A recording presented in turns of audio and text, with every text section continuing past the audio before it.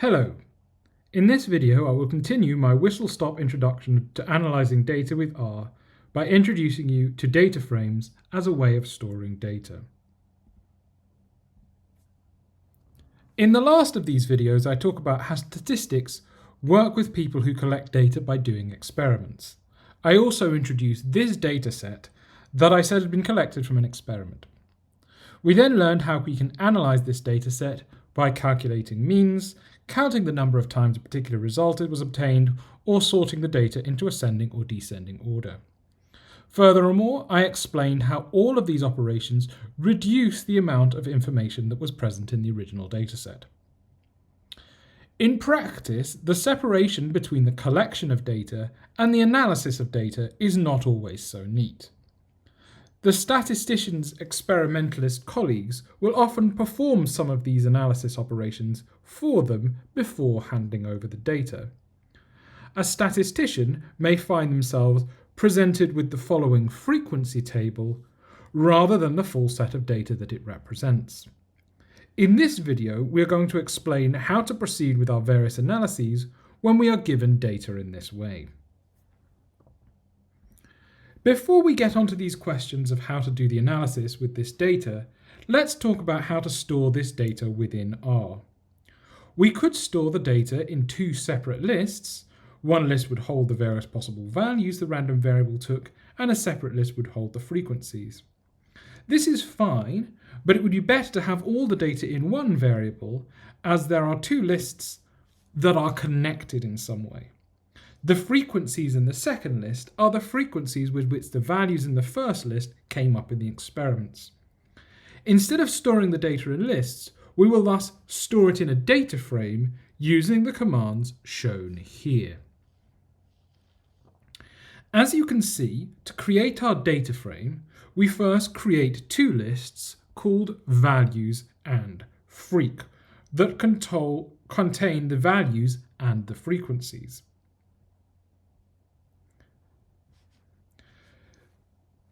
We then use the data frame command to create the data frame object. This final command in this sequence prints out the data into it, which, as you can see, appears as a neat table that holds the values and frequencies.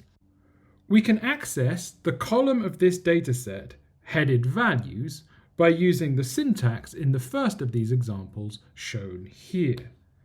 As you can see, we put the name of the data frame object, followed by the $, and then the name of the column that we want to view. This tells R that we want to work with all of the data in that column.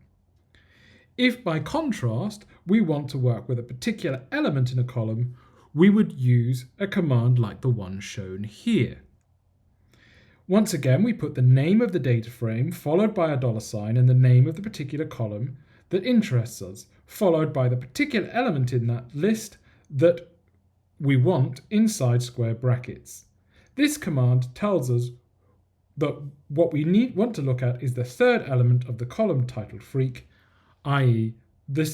it tells us that this number is 27.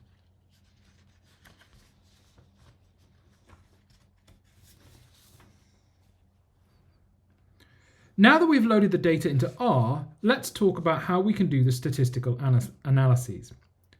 It turns out to be very easy, as if we have the frequency data, we can generate a list of all the values that were obtained in our individual experiments by using the rep command as shown here.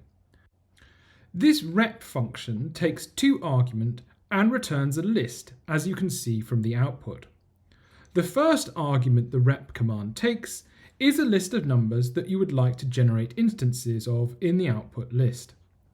The second argument is then the number of times that you would like to repeat each number. The command shown here thus outputs a list that contains 1 0, 16 1s, 27 2s, 27 3s, 23 4s, 5 5s, and a 6. This is the data from the experiment, albeit probably ordered differently to the way that it was ordered when the data was initially collected.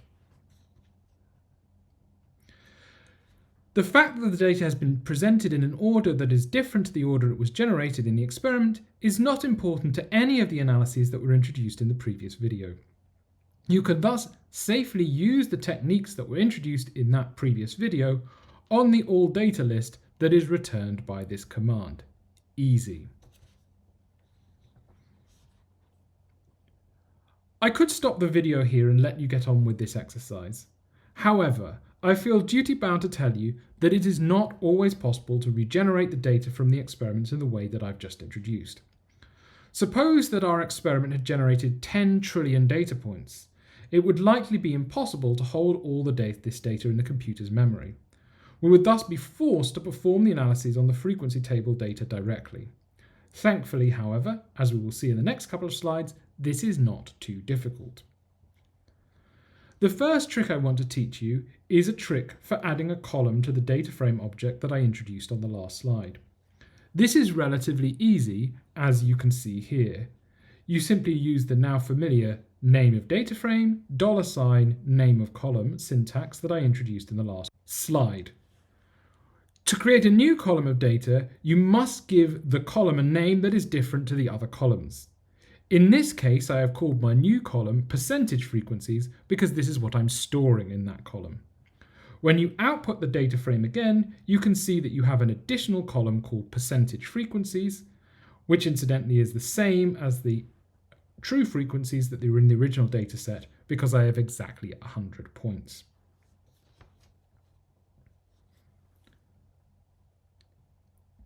This second piece of code shows another example where I have used this trick of adding a new column to the dataset.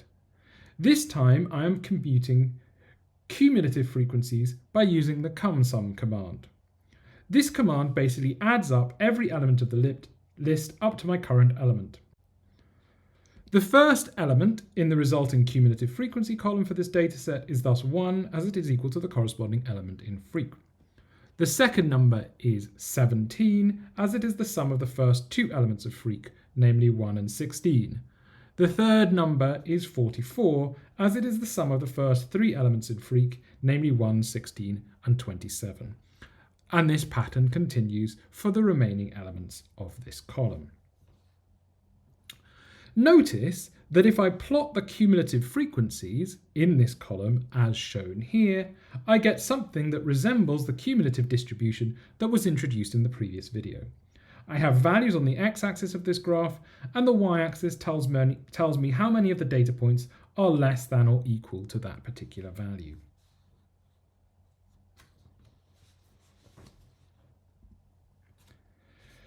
Let's now talk about how to calculate the mean and standard deviation from this frequency data. As I explained on the last but one slide, the stupid way to do this is to regenerate all the data using the rep command and to then use the mean or SD command. We are not stupid though, so we will do the calculation in a more sensible way. The way we're going to operate is we're going to think about the mean formula that is shown here. This tells us that we need to add up all the data points and divide by the total number of data points. The important thing to recognize is that we can rewrite this sum over all the data points as a sum over the 7 possible values that the data can take, as shown here. J in this expression are the values the data could take, and the FJs are the frequencies.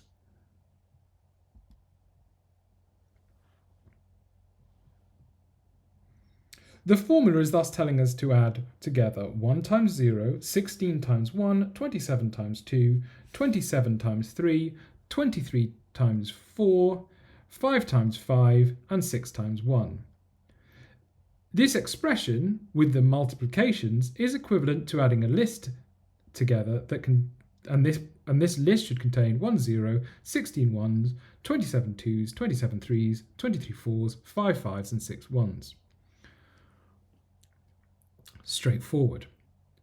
To use this formula with R, we can use the following command. And as you can see, this returns the same value that we got when we did the command using rep. Now suppose that we want to calculate the standard deviation. We know that this is given by an expression that contains a sum of the squares of our data points. When calculating this sum of squares, we can use the same trick with multiplications that we introduced to calculate the sum of the random variables, as shown here. We can thus calculate the standard deviation R using the code shown here.